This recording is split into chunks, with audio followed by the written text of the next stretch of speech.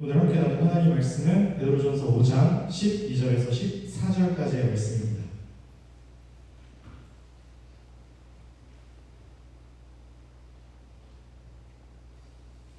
신약성경 베드로전서 5장 12절에서 14절까지의 말씀입니다.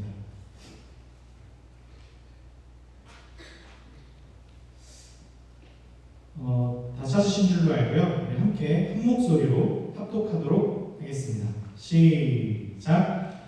내가 신실한 형제로 아는 실로안으로 말미암아 너희에게 간단히 써서 권하고 이것이 하나님의 참된 은혜임을 증언하노니 너희는 이 은혜에 굳게 서라. 택하심을 함께 받은 바벨론에 있는 교회가 너희에게 문안하고 내 아들 마가도 그리 하느니라. 너희는 사랑의 입맞춤으로 서로 문안하라. 그리스도 안에 있는 너희 모든 이에게 평강이 있을지어다. 아멘. 할렐루야. 네, 오늘 말씀 함께 나누기 전에 찬양 한 번만 같이 부르고 오늘을 좀 시작하면 좋겠다는 생각이 들었습니다. 가사는 준비 안 되어 있는데요. 여러분 아마 다 아실 찬양일 거라고 생각이 듭니다.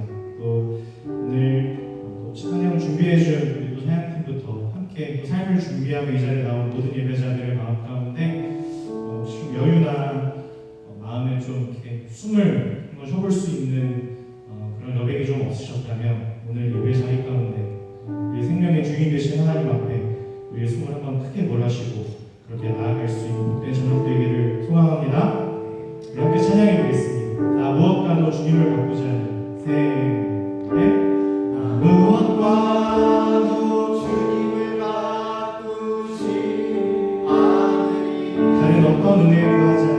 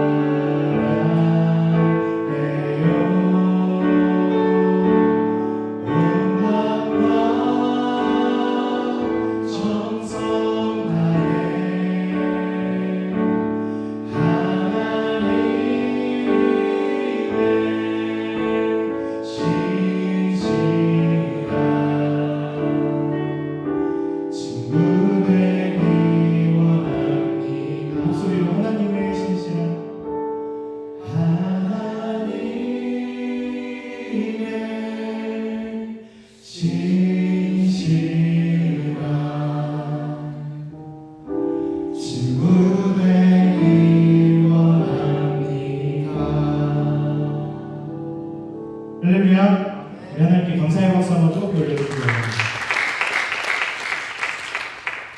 대표 기도가 너무 훌륭했기 때문에 따로 기도는 하지 않겠습니다. 드디어 베드로전서의 마무리입니다. 네. 마지막 저와 함께 나눈 베드로전서의 말씀인데요.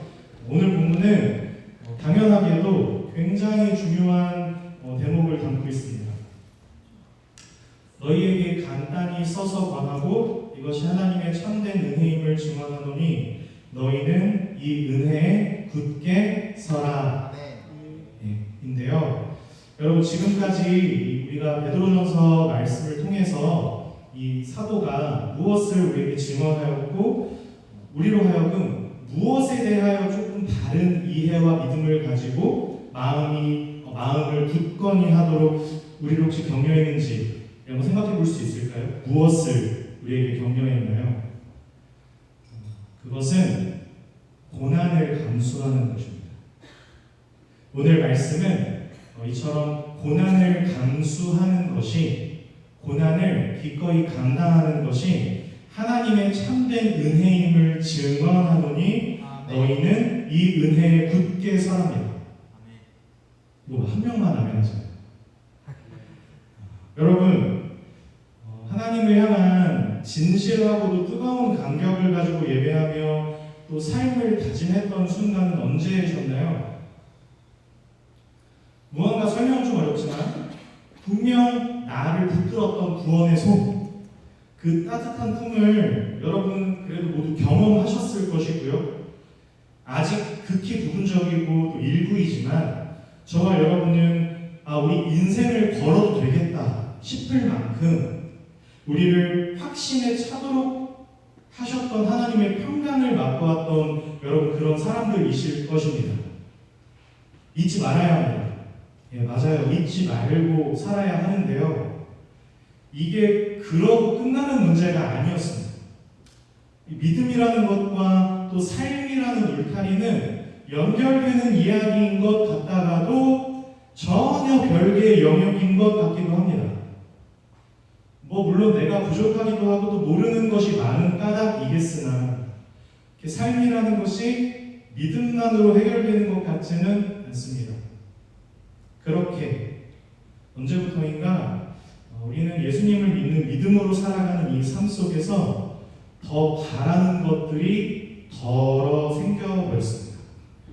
여기서 바라는 것들이란 당연 물질적인 것입니다. 쉽게 얘기하면 세상적인 것인데요. 그걸 내가 가져야 하는 문제가 생겼습니다. 여러분 우리의 신앙에 왜 예수님으로 인하여 만족하지 못하는 어떤 간격이 생기는 걸까요? 우리의 믿음이 연약해서 그럴까요? 물론 그렇기도 하죠. 그렇기도 하겠지만 조금 더 근본적인 의미로 생각하자면 여러분 우리가 현실을 살고 있기 때문입니다. 신앙을 가지고 신앙을 살아낸다는 것을 적지 않은 경우 여러분 사실 여러분 저와 여러분은 섬기는 것에 익숙하지 않습니다. 성경적인 의미로요. 여러분 우리가 내가 정말 섬겨야 하는 어떤 지점에 서면 대부분 불만이 생기기 마련이거든요. 여러분 사실 우리는 섬기는 것에 익숙하지 않습니다. 왜냐하면 여러분 섬긴다는 게 뭐죠? 여러분 섬긴다는 것은 그 위치상 내가 아랫사람 노릇을 해야 하는 것이기 때문입니다. 맞죠? 그럼 섬긴다는 것은 내가 아랫사람 노릇하는 거거든요. 그래서 어렵습니다. 여러분 신앙을 가진다는 것은 어떤 개념을 그냥 이해하고 정리하는 문제만이 아니기 때문에 신앙을 가졌다는 것, 예수 그리스도를 믿는다는 것은 그와 함께 내 존재로 생명을 가진 인격적 차원의 존재로 내가 이제 사는 것이기 때문에 그분과 동행하는 삶은 결코 부당하거나 굴욕이 될 수 없는 성숙의 자리에 서는 철든 존재가 되는 것입니다. 제가 수사적인 표현을 했지만 곧 그리스도의 장성한 분량에 이르는 것입니다. 그렇지만 이는 만만치 않습니다. 왜냐하면 사람은 하루아침에 철이 들 수 없을 뿐더러 그렇게 우리는 끊임없는 현실적인 요구들에 이 신앙이 때로 떠밀리는 경험을 하며 정처 없이 막 표류하기 때문입니다. 그러나 우리는 우리의 배움이 부끄러움이 돼서는 안 될 대학 시절을 포기하지 말아야 하듯 이거 등록금이 아까운 문제만이 아닌 거예요. 죄와 허물로 죽었던 우리를 건져내신 우리에게 은혜를 베푸신 이의 부르심 앞에 그분의 사랑받는 자녀로 서야 하겠습니다. 낮은 곳으로 아랫사람 노릇하며. 할렐루야. 그러나 우리는 보이는 게 전부잖아요. 여기서 잘생긴 사람 안 좋아하는 사람 있어요? 여기 안 예쁜 사람 좋아하는 사람 있어요? 최고 이상형이 뭐예요? 처음 만난 잘생긴 사람 아니에요? 네. 그럼 다 우리 똑같아요. 마음 보는 사람 없어요. 제가 최근에도 마음 누가 못 알아가지고 그래? 이상형 지창복이래요. 너는 마음을 보는 게 아니야. 그랬어요.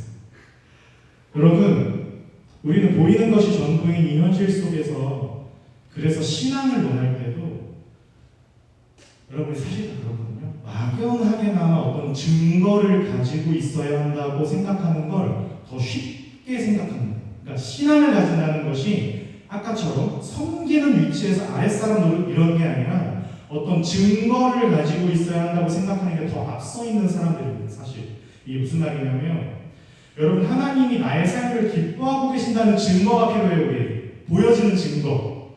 그 신앙적인 증거가 내적인 것이든 외적인 것이든 하나는 나에게 있어야 된다고 생각해요. 우리가. 그래서 외적인 증거는 내 삶에 나타나 보여지는 결과입니다. 결과. 누구든 확인할 수 있는 어떤 열매요. 어떤 열매가 필요합니다. 내적 증거는요. 내 안에 하나님이 인정하실 만한 어떤 확신이 필요합니다. 내 안에. 누가 나한테 뭐라고 하든지 내가 뭔가 좀 납득될 만한 확신이 필요해요. 그런데 여러분 오늘 베드로전서식으로 결론부터 얘기하자면 적어도 우리가 말하는 이 두 가지 증거 모두 뚜렷하지 않을 수 있다는 것이 오늘 베드로전서의 결론입니다.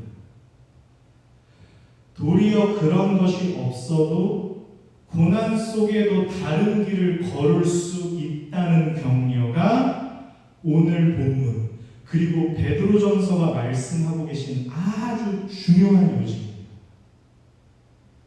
물론 뭐 주님께서 허락해 주시고 안겨주시는 기쁨과 확신에 찬 감격과 어떤 실제적인 보람이 없어도 된다거나 뭐 감정적인 것들을 추구하지 않는 것이 더 고차원적인 신앙이라서 그런 게 아니에요.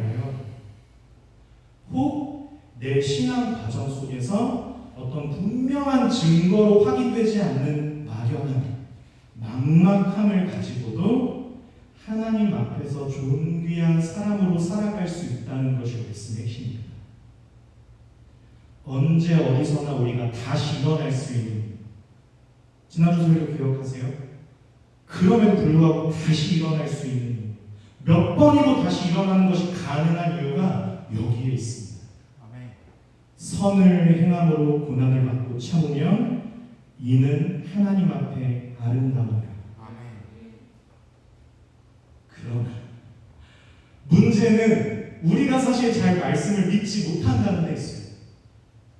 신앙적인 깊이와 크기가 여물지 않아서 내 안에 어떤 신앙적인 멋진 증거가 부족하다고 여길지 모르겠습니다. 그래서 때때로 우리는 옆 사람에게나 뭐 남에게 말 못할 부끄러움이긴 하지만 내 믿음을 근본적으로 확신하지 못하고 살아가는 것 같아요.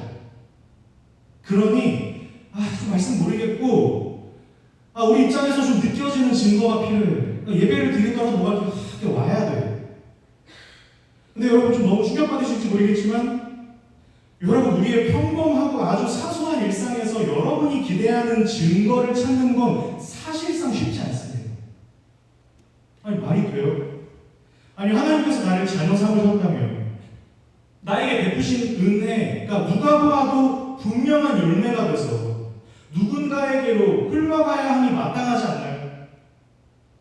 근데 여러분 부정하기 어려운 사실이잖아요. 여러분의 현실은 그렇지 못하시는 경우가 더 많죠. 이 자리에서는 느껴지는 것들이 있는데 여러분의 정말 현실의 삶의 자리에서 말이에요. 그렇다 보니 우리는 인생의 어떤 여백 아니면 아주 오래된 과거에 경험했던 무언가 증거가 될 만한 증거를 찾아내 영혼까지 끌어모으려는 노력들을 해보곤 합니다. 아니면 하다못해 신앙적 성실함이라도 다시 무장해보려고 애를 쓰지만 핸드폰 알람 벨소리를 다시 일어나로 바꿔 신앙적인 성실함으로라도 벨소리라도 바꿔서 근데 그럴수록 늦잠을 자게 된다거나 일상적인 믿음과 감정마저 툭툭 끊어먹는 정말 내 인생에 두 번 만나기 힘든 개노답 지체들이 또 나에게 찾아와서 불상사가 생기기 마련입니다. 나는 분명히 도전하고 이제 다짐을 했는데 이 삶과 현실은 날 도와주지 않습니다.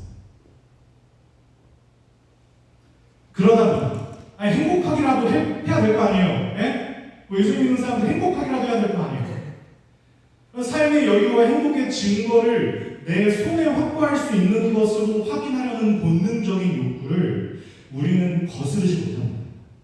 현실, 그래서 여러분 물질적인 것, 세상적인 걸 우리는 원하게 되었어요. 그러니 말씀에서 요구하는 고난, 십자가는 이해하기 좀 쉽지 않은 조금은 무거운 가치로 인식되기 시작합니다. 그러니까 뭐 십자가로 돌아오라 이런 건 분기마다 한번 수련해가는 길목에 플랜카드에 적혀진 우리 복음으로 돌아가면서 한 분기를 이제 잘못 살다가 플랜카드를 보고 그치 맞지 저렇게 살아야지. 그러니까 이렇게 감동을 받는 포인트로는 와요. 좋은 말씀인 건 알겠습니다. 더 이상 무슨 고난을 더 감수합니까 우리가? 그것도 어떻게 기쁨으로 감수합니까? 우리에게 고난이란 그냥 견뎌야 하는 것, 지지 말아야 하는 것, 극복해야 하는 것, 그냥 그런 것일 뿐이죠. 그런데 오늘 본문, 여기 베드로전서는 그런 우리에게 이렇게 말씀합니다. 고난 그 은혜 위에 굳건히 서라. 이 문장을 인수분해하면 고난을 감수하는 것은 그 자체로 은혜입니다. 이것이 베드로전서의 결론입니다. 우리 말씀 하나 찾아보길 원하는데요. 우리 성경 말씀 같이 찾겠습니다. 빌립보서 1장 말씀입니다.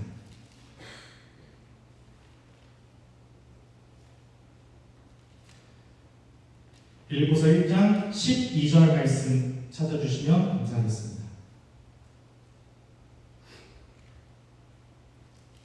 12절. 네, 1장 12절. 12절부터 18절을 저와 함께 교독하도록 하겠습니다. 제가 먼저 읽겠습니다.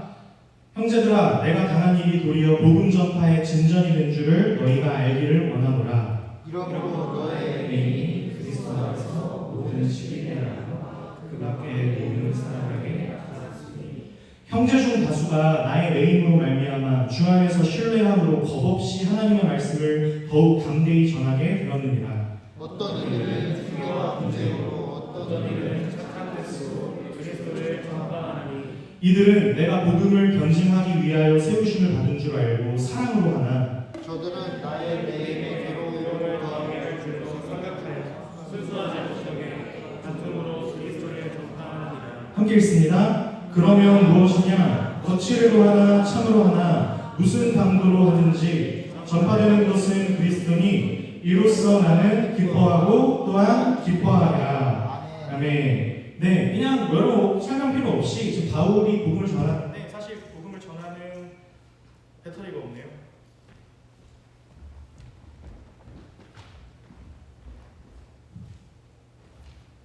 복음을 전하는 삶과 그 모든 과정들 속에 이렇게 바울이 원하는 그리고 바울이 이렇게 바라고 바울을 편안하게 하는 그런 상황들이 많지 않았던 것 같아요. 복음마저도 바울을 막 시기하고 질투하는 것을 막 견제하고 그런데 그 과정들 속에서도 바울은 기뻐하고 뭐 이렇게든 저렇게든 복음이 전파되는 것으로 나는 감사한다. 이런 고백을 사실 하고 있거든요. 여러분 이 말씀 어떻게 들리세요? 그러면 어떤 방해나 시련에도 불구하고 하나님의 뜻은 이루어진다. 근데 이것보다 더 나아가는 말씀입니다. 하나님은 즐거이 고난으로 일하신다. 입니다. 여러분 사도 베드로처럼 여기 사도 바울도 지금 자기가 고난당하는 거, 내 삶 속에서 내 현실에서 피치 못하게 내가 복음으로 살지만 맞닥뜨리게 되는 고난을 지금 부정적으로 묘사하거나 설명하고 있지 않다는 것이 굉장히 중요합니다. 왜냐하면 고난으로 일하시는 하나님이시기 때문입니다. 바울과 베드로의 묘사 의도가 같아요. 왜 그럴까요? 여러분 어쩜 이렇게 사도들의 고백들이 이렇게 닮았을까요? 이들은 정말 예수님을 만났고 믿었고 사랑했기 때문입니다. 예수 그리스도 안에서 성령의 도우심으로 하나님 아버지의 마음을 헤아리는 멋진 제자들, 멋진 자녀가 되었기 때문입니다. 그러면요, 이 베드로와 바울은 어떻게 사셨는데요? 어떤 삶을 사셨죠? 이 두 분이 다른 제자들보다 기도를 더 많이 하셨고 누구에게도 흠잡힐 만한 행동은 하지 않았던 청명결백한 무대신앙 청정신앙인이셨나요? 그렇지 않죠. 그럼 이 두 분은 전부 다 예수님을 진하게 경험했던 문제아들이었습니다. 그들은 예수님을 살아계신 하나님의 아드님으로 만나고 믿었던 시대의 문제아들이었습니다. 베드로, 바울, 전부 다. 그들은 그렇게 성령의 감동으로 지금까지의 모든 시간, 모든 과정, 모든 과거, 조악했던 지난날의 치기, 매사 부정적이고 나태했던, 그리고 자기 고집으로 달렸던, 그럴 만한 또 저마다의 사연도 확보했던 그 날들을 통째로 재학습하게 됩니다. 그리고 그 가운데 언제나 함께 하셨던 예수님, 저들을 그토록 사랑하셨던 예수님은 자신들을 위해 고난 받으셨었습니다. 생각해보니까. 아니, 처음부터 그분은 고난받으러 오셨었습니다. 돌아보니. 여러분, 사랑이 구주를 죽게 했습니다. 그렇게 베드로, 바울, 이 모든 제자들의 삶으로 써내려간 삶의 서신, 그 주제와 내용은 오직 예수님이셨습니다. 자기를 비우시고 아버지의 뜻을 따라 죽기까지 고난받으시며 복종하셔서 십자가에 죽으셨던 예수님, 그들이 저들의 삶의 서신의 중심 내용이었습니다. 이것이 저들의 찬양의 이유, 찬양의 전부였습니다. 여러분, 우리도 십자가를 잘 알고 있습니다. 아닙니다. 여러분은 잘 모르고 있습니다. 왜요? 우리는 오늘도 하나님께 이렇게 불만을 토로하며 사실 기도하고 있습니다. 하나님, 왜 내 어깨에 자꾸 십자가를 지우십니까? 제가 그렇게 뭘 잘못했습니까? 오늘 이 상황을 볼 때 이게 정말 제가 잘못한 일입니까? 그래요. 제 죄값은 제가 알아요. 그래서 그러십니까? 제가 그거 잘못했던 것 때문에 그러십니까? 왜 항상 이런 식입니까? 저는 십자가가 싫습니다. 하나님, 저를 회복시켜 주십시오. 사랑하는 예배자 여러분, 하나님이 고난으로 일하신다는 사실을 우리가 더 잘 깨우쳐야 하는 부분이지만 여기서 짚고 넘어가야 할 것이 있습니다. 하나님이 우리를 고난을 통해 다뤄가고 계신지 아니면 지금 내가 뭔가 잘못되어 고난을 당하고 있는 것인지를 구분할 수 있어야 될 텐데요. 이 부분을 좀 살펴보기 원하는데요. 여러분, 테레사 수녀의 전기를 보면 이 부분에 대해서 굉장히 중요한 참조점이 있다는 것을 알 수 있습니다. 여러분 잘 아시다시피 테레사는 마더 테레사죠. 평생을 하나님의 귀한 증인으로 살면서 가난한 이들을 위해 정말 더 낮은 곳으로 자신의 평생을 바치셨던 사람입니다. 그런데 그분의 전기에 보면 그런 분도 어떤 내적인 충만함은 자주 느끼지 못했던 삶을 살았던 고백이 있더라고요. 이런 고민을 했다고 해요. 마더 테레사가. 내 믿음이 거짓된 것인가? 나는 위선을 떨고 있는 것인가? 나는 정말 믿음으로 살고 있는 것이 맞을까? 그렇게 이분이 얻은 답은 하나였습니다. 내 영혼에는 하나님을 향한 끊임없는 갈망이 있다. 이것은 하나님의 사랑이 아닌 이상 있을 수 없는 갈증이다. 여러분, 하나님과 예수 그리스도 안에서 허락된 생명과 진리에 대한 여러분 영혼의 갈증이 있으십니까? 치우쳐 있지만, 내가 좀 무너져 있지만 그 하나님을 향한 분명한 갈증이 있으십니까? 아멘. 여러분, 이것이 여러분의 믿음의 기준이 되는 확인점이 되셔야 합니다. 물론 여러분, 우리는 듣기만 하는 자가 되서는 안 되고요. 잘 실천하고 살아야 하는 자가 되어야 하고요. 그 말씀은 내 삶과 인격에 적용하며 잘 살아감이 나타납니다. 그러나 우리는 사실 늘 내적 성찰과 자기 비판에는 훨씬 적극적인데 말이에요. 하나님께서 나라는 인생 안에 지금도 당신의 손길을 담아내셔서 말할 수 없는 탄식으로 친히 간구하신다는 사실, 나를 당신의 자녀된 삶으로 인도하시며 은혜를 베푸시기를 원하신다는 이 사실 앞에는 너무 무지하고 우리의 존재 가치를 너무 과소평가하는 것 같습니다. 제가 부탁드린 PPT 말씀 한번 띄워주시면 감사하겠습니다. 로마서 8장 14절에서 17절까지의 말씀입니다. 우리 함께 읽겠습니다. 시작! 무릇 하나님의 영으로 인도함을 받는 사람은 곧 하나님의 아들이라. 너희는 다시 무서워하는 종의 영을 받지 아니하고 양자의 영을 받았으므로 우리가 아빠 아버지라고 부르짖느니라. 성령이 친히 우리의 영과 더불어 우리가 하나님의 자녀인 것을 증언하시나니 자녀이면 또한 상속자 곧 하나님의 상속자요 그리스도와 함께한 상속자니 우리가 그와 함께 영광을 받기 위하여 고난도 함께 받아야 할 것입니다. 아멘.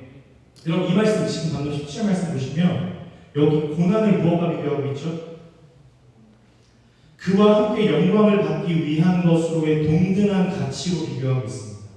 그러니 지금 사도 바울은 계속해서 말씀드리지만 고난을 굉장히 적극적인 가치로 이야기하고 있습니다. 여러분 하나님께서 우리를 사랑하십니다. 할렐루야. 근데 우리를 사랑하신다는 것을 당신의 아들 예수님을 우리에게 보내주신 것으로 우리가 확인할 수 있습니다. 예수님을 저와 여러분에게 보내주셨습니다. 여러분 그럼 이 사실을 보통 무슨 뜻으로 이해하시나요? 예수님을 나에게 보내주셨다. 우리를 위해 대신 죽게 하실 죄를. 맞아요. 근데 여러분 예수님이 오셨다는 사실의 가장 중요한 전제는 이것입니다. 하나님이 우리를 사랑하신다는 사실이 있습니다. 여러분 이것이 가장 중요한 전제입니다. 나를 위한 대속죄물, 나의 구원의 어떤 유일한 길 다 맞는데요. 그 가장 중요한 기초, 가장 중요한 전제는 하나님이 우리를 사랑하신다는 것에 있습니다. 여러분 이걸 꼭 먼저 기억하십시오. 그럼 여러분 다시 질문해 봅시다. 그럼 여러분 사랑이 뭔가요? 여러분 사랑이란 상대방을 이해하기 위한 최고의 의지입니다. 상대방을 있는 그대로 끌어안으려고 하는 가장 순전하고 숭고한 의지입니다. 그것이 사랑입니다. 여러분 사랑은 그래서 그냥 말이 아니죠. 사랑은 그냥 절절한 것이 아닙니다. 사랑은 서로를 향한 완전한 의지입니다. 그렇게 오직 그 사람에게만 사랑해라고 듣는 것이 사랑입니다. 그렇게 그 아들이 저와 여러분의 삶에 찾아오신 것입니다. 하나님이 자신을 내어주시는 것입니다. 그런데 그것이 만약 사랑이 아니라면 그것은 아무것도 아니라는 하나님 당신이 스스로 보이시고 증명하셔서 우리에게 가르쳐 주시는 것입니다. 이것이 사랑이라는 것입니다. 그렇게 예수님은 우리 모든 죄인의 처지에 찾아 들어오셔서 우리의 삶에 동참하십니다. 우리를 찾아오십니다. 우리와 함께 하신다는 뜻입니다. 그래서 예수님의 또 다른 이름은 임마누엘인 것입니다. 이것이 마태복음의 주제, 그리고 성경 전체의 주제라고 해도 과언이 아니에요. 하나님이 우리와 함께 하신다는 뜻입니다. 여러분 이것이 성경의 주제입니다. 하나님은 우리를 있는 그대로 끌어안으시기 위해 우리의 자리로 내려오십니다. 우리의 수준에 찾아오십니다. 우리의 죄악된 처참함, 그 비참한 처지를 그대로 끌어안아 주시는 것입니다. 그러니 사랑이 아니라 그 아들을 내어주신 희생이라 할지라도 천사의 말을 하는 예쁜 선이었다 할지라도 그 몸을 불사르게 내어주는 헌신이라 할지라도 그것은 아무것도 아닌 것입니다. 이것이 하나님이 우리에게 하고 계신 살아계신 말씀, 고난의 진정한 의미입니다. 여러분 예수님께서 하나님께서 우리에게 하신 모든 것은 전부 사랑입니다. 할렐루야. 그 사랑이라는 것은 하나님이 우리와의 간격을, 차이를 그 본질적인 수준의 높고 낮음의 어떤 수준을 계수하지 않으신, 계산하지 않으신 의지였습니다. 여러분, 이것을 거룩이라고 합니다. 거룩하신 하나님께서 우리를 찾아오시는 것입니다. 눈먼 자를, 귀머거리를, 안진뱅이를, 혈루병자를, 문둥병자를, 하나님의 거룩을 볼 수 없고 들을 수 없고 만질 수 없는 이들을 살려내십니다. 이건 그냥 사회적 약자를 배려하시는 운동이 아니라 우리 모든 죄인을 향해 회복을 선언하시는 것입니다. 이건 희생적인 헌신이 아니라 사랑입니다. 그래서 세상은 도무지 사랑할 수 없는 겁니다. 그건 사랑이 아닙니다. 이 세상은 사랑이 아닙니다. 어떤 고결한 헌신이라 할지라도 그건 사랑이에요. 하나님이 사랑이십니다. 우리의 삶 안에 우리가 얼마나 많이 교정되어야 할 가치입니다. 그렇게 하나님께서 우리에게 말씀하십니다. 그러니 여러분, 귀 있는 자는 들으십시오. 하나님의 말씀입니다. 너희는 믿음을 굳건하게 하라. 세상에 있는 너희 형제들도 동일한 고난을 당하는 줄을 알미라. 은혜의 하나님이 그리스도 안에서 너희를 부르사 당신의 영원한 영광으로 너희를 부르셨다. 그래서 그 고난은 은혜다. 그럼 예수 그리스도께서 이렇게 찾아오신 것입니다. 그 사랑에 참여하여 우리도 기꺼이 사는 것입니다. 살아가는 것입니다. 우리 인생과 존재를 그 부르심 안에서 확인해가는 것입니다. 그것이 믿는 자들의 고난입니다. 그래서 하나님을 절망 중에 갈망하는 것입니다. 휘청휘청하지만 우리의 믿음의 기준점이 하나님을 향한 갈망으로 회복해가는 것입니다. 여러분, 이것을 믿음이라고 합니다. 나는 아니지만 그분이 건져내시고 살려내신다는 믿음. 여러분, 이것이 소망입니다. 그렇게 죄일됨, 인하의 죄일됨 같이 사랑을 살아내는 것입니다. 믿음으로, 소망 안에서 사랑입니다. 이것이 하나님 나라입니다. 여러분, 베푸는 삶, 섬기는 삶은 여러분 가진 것으로, 배운 것으로 하는 것 아닙니다. 가진 것으로 섬긴다고요? 많이 배워서 베푼다고요? 아니요. 그런 사람들은 다 자랑하지 섬기지 않습니다. 여러분, 섬김은 주신 것으로 하는 것입니다. 내가 가진 것이라고 생각하면 줄 수 있는 게 없어요. 우리는 뭘 줄 수 있는 게 있어요? 내가 지금 아무것도 가진 게 없거든요. 여러분, 주신 것이기에 나누는 것입니다. 배워서 나누는 게 아니라 주셔서 나누는 겁니다. 뭘 주셨는데요? 사랑이요. 생명을 주셨습니다. 하나님이 생명을 우리에게 허락하시기 위해 예수님을 우리에게 보내셨습니다. 사랑입니다. 그렇게 우리에게 동일하게 명령하십니다. 가라. 가서 모든 민족을 제자 삼으라. 누구를 섬기고 따르는 제자요? 우리를 살리신 예수 그리스도입니다. 우리로 하여금 하나님을 모르는 처지에 있는 우리와 방불했던 자들에게 우리를 보내십니다. 여러분, 가난한 이들을 돌보며 살아가시는 분들의 공통적인 고백이 있습니다. 여러분, 가난한 사람들이 물질로 가난을 고통스러워하는 것은 2차적인 문제라는 거예요. 여러분, 정말 가난한 이들의 1차적인 고통이 뭔지 아세요? 그건 인간으로서의 대접을 받지 못하는 비참함이더랍니다. 자, 이제 다시 우리의 영혼에게 질문해 봅시다. 하나님은 왜 우리에게 내적인 고통을 주시는 겁니까? 모든 사람은 인간으로서의 대접에 굶주려 있다는 것을 우리가 알아야 하기 때문입니다. 하나님의 자녀들이 모든 인간은 한 사람도 예외 없이 대접에 굶주려 있다는 것을 우리 믿는 자들이 알아야 하기 때문입니다. 가난한 이들에게 먹을 것을 주고 쉴 것을 제공해 주는 것만이 그들의 영혼을 채우는 것이 아니라는 것을 정말 쉴 곳을 제공해 줘 보고 먹을 것을 주어 본 사람들만은 알게 됩니다.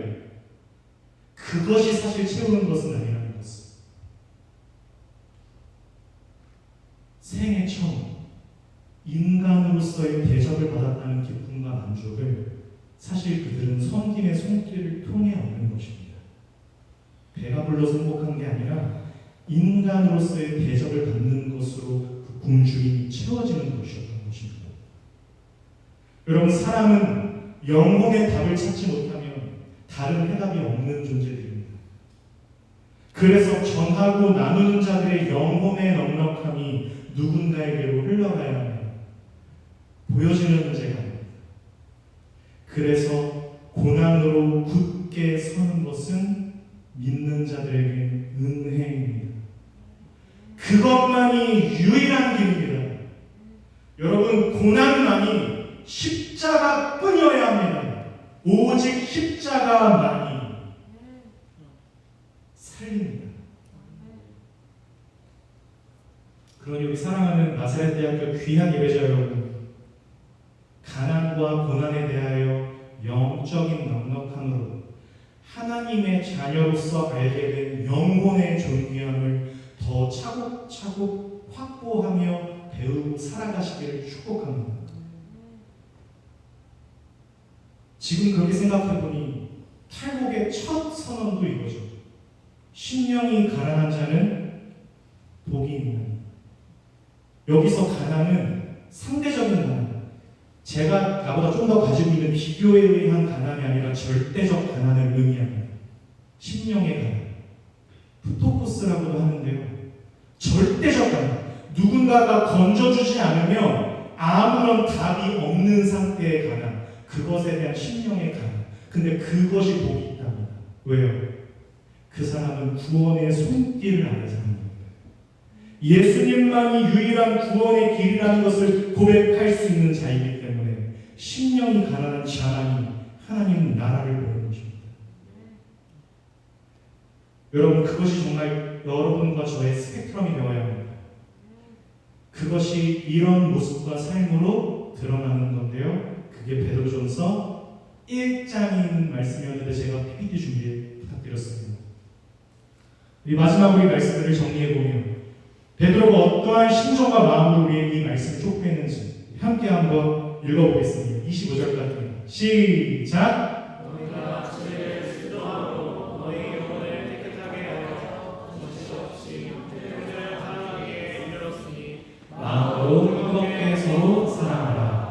너희가 거듭나는 것은 썩어질 씨로 되는 것이 아니요 썩지 아니할 씨로 되는 것이니 살아있고 항상 있는 하나님의 말씀으로 되었느니라. 모든 영광은 풀의 꽃과 같으니 풀은 마르고 꽃은 떨어지되 오직 주의 말씀은 새새토록 있도다 하였으니 너희에게 전한 복음이 곧 이 말씀이니라. 할렐루야! 할렐루야!